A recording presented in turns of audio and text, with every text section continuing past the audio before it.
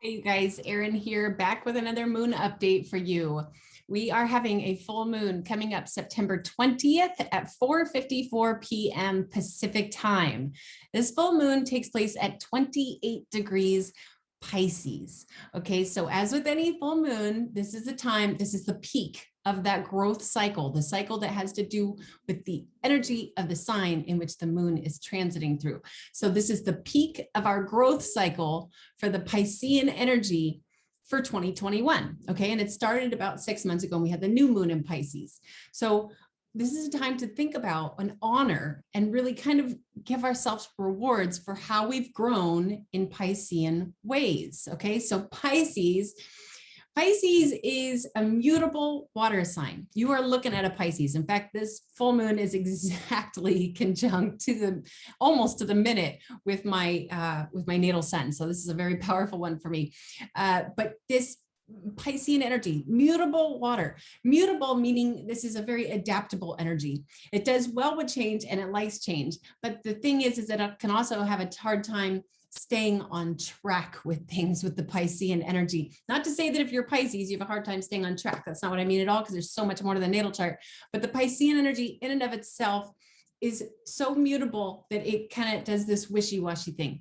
And the water element brings Pisces its very strong emotions. Okay, the water signs are very much associated with strong emotions. Pisces, it's like it can feel the emotions of others. This energy is very much associated with like psychic powers because it feels again the energy that's around it.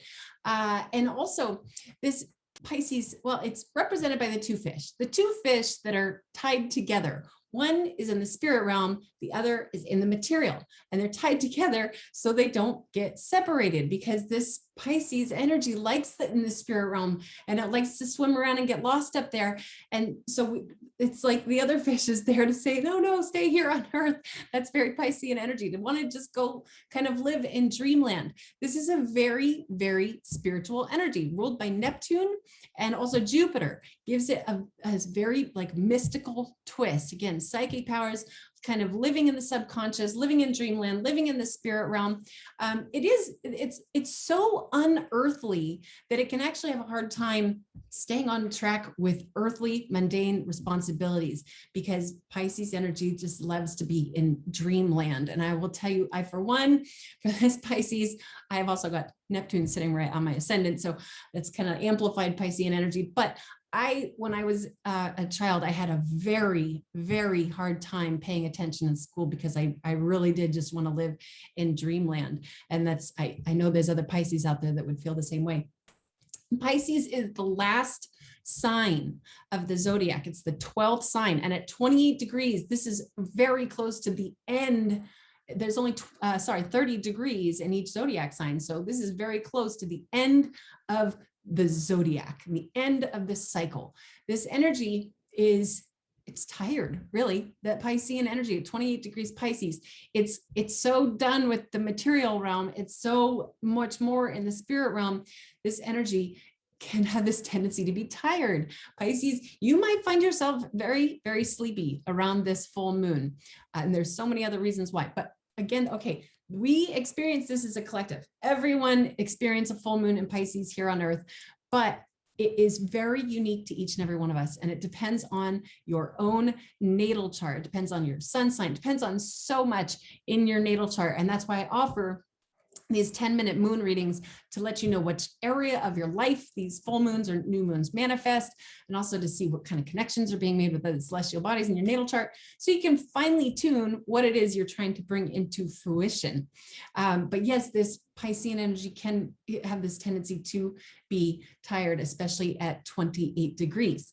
Okay, now, I think maybe what I should do is just go ahead and share my screen with you guys so I can show you all the exciting things that are going on with this full moon. But going back to that, think about, how have you grown over the last 6 months? I know there's a lot of people on a spiritual journey right now. How have you grown over the last 6 months, in alignment with that spirituality, with mysticism, how maybe your intuition has grown, or also compassion. This Piscean energy is, it's very much associated with compassion because it feels the emotions of others. Maybe you've done something, more compassionate that you would have in the past. It's really a time to honor that sort of thing. Okay, so what we're looking at here is the zodiac for September 20th, 2021 at 4:54 p.m. Pacific time. So what we see over here is this is the symbol for the moon, 28 degrees, and this right here is the symbol for Pisces, 28 degrees Pisces. What we see over here is the sun at 28 degrees Virgo. That's what happens when we have a full moon. The sun and moon are at opposite sides of the zodiac, okay? So we've had the sun transiting through the sign of Virgo, which is, again, it's opposite Pisces.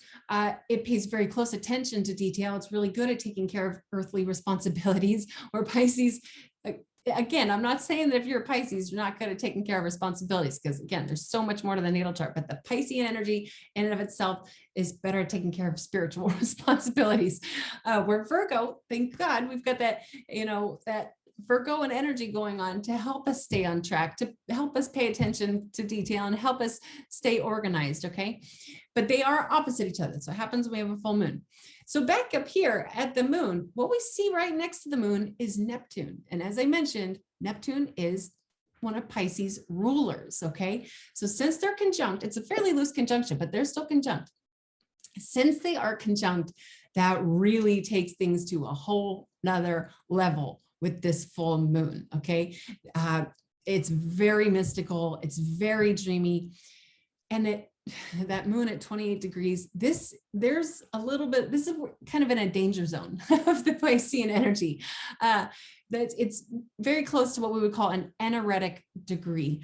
Anything when it starts getting into 28, 29 degrees in a zodiac sign, it's a little bit, it includes a little bit of danger here. And for this specifically, this Piscean energy, because it likes to be in the spirit realm, the dream realm so much, there's this tendency for escapism. Things like, there could even be tendencies for substance abuse with this type of energy, because it wants to be in sort of this dreamland and live in the subconscious.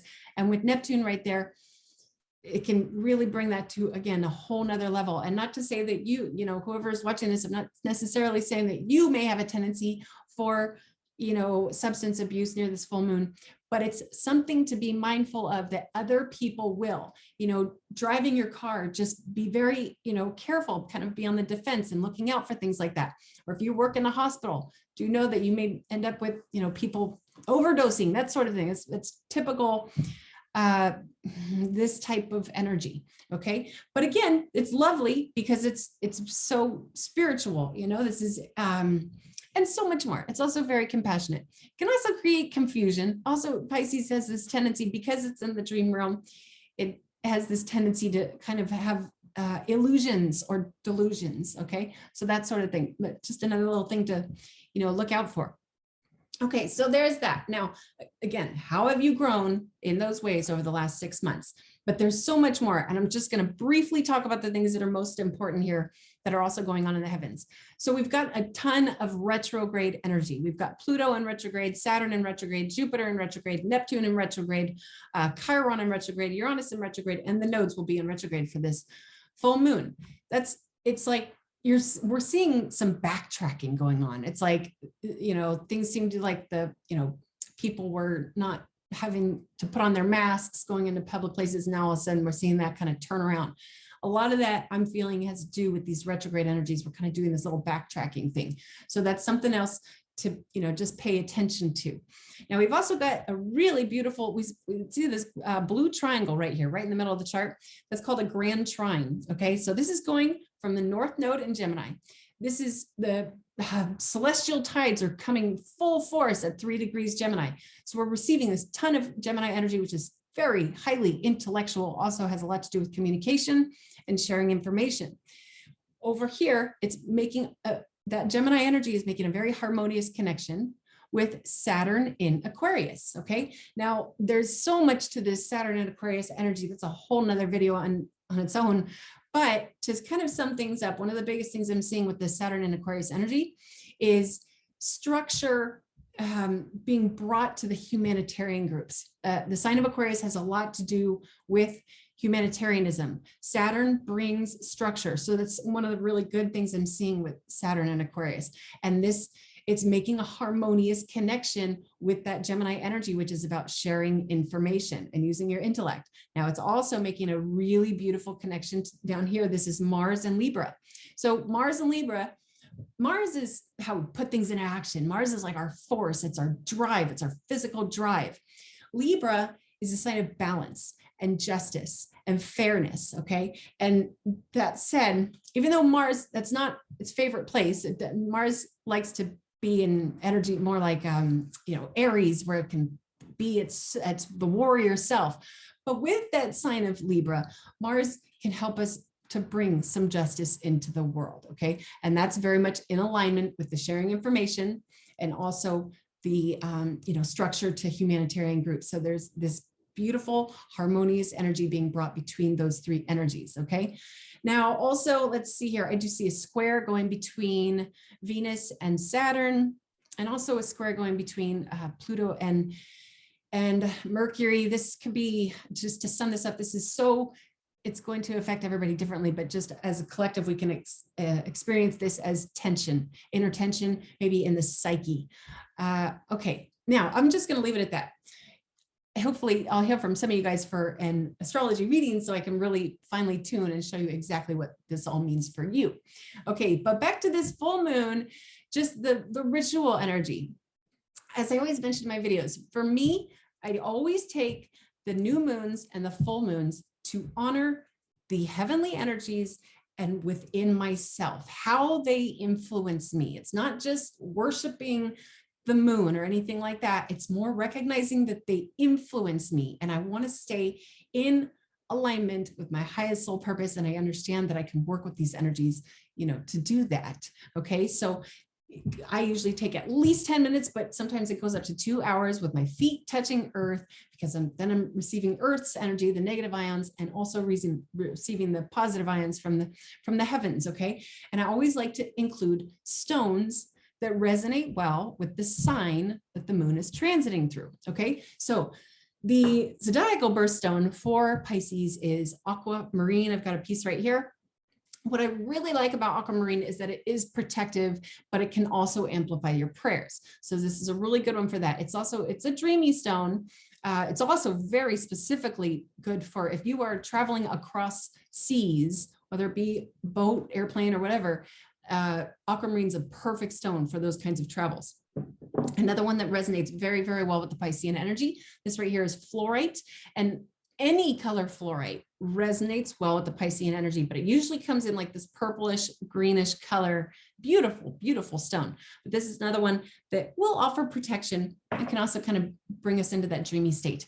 Okay, now another thing is that the part of our body that is ruled by the sign the moon is transiting through becomes more sensitive. Okay. Pisces rules the feet. And I will tell you, I have, in a strange way, I've got very, very sensitive feet. I can totally walk around barefoot in places, but if something, as a child, my mom would try to put like my tights on or my socks on, and a little seam, if it was not perfect, sitting perfectly over my toes, if there's any sort of a wiggle in that seam, I would throw myself on the floor having a tantrum, because my feet are very sensitive in that way, because I'm a Pisces, and that can be the case for a lot of Pisces.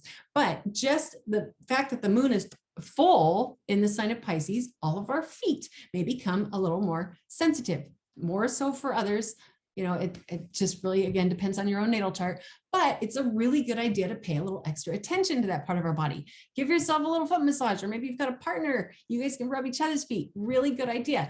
Pisces also has a lot to do with the immune system, the overall immune system, and the lymphatic system. So paying a little extra attention to those parts of our body. I've had really good experiences with golden seal root for my lymphatic system, and just the overall immune system. Maybe take some, medicinal mushroom tinctures or something like that. This is, speaking of tinctures, that full moon in Pisces is if you're somebody who likes to make tinctures, this is the time to do it.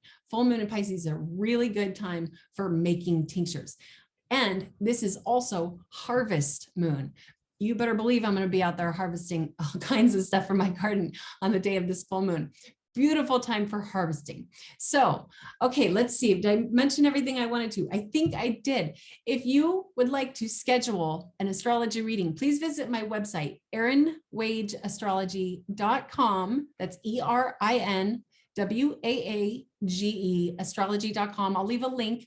Okay. Or you can also just send me an email, erinwageastrology@gmail.com. But if you go to my website, then you can see all the different packages that I offer and that sort of thing. And you could just schedule straight through my website or send me an email so we can chat and figure out when you would like to receive your astrology reading. Okay, you guys, until next time, namaste to all of you.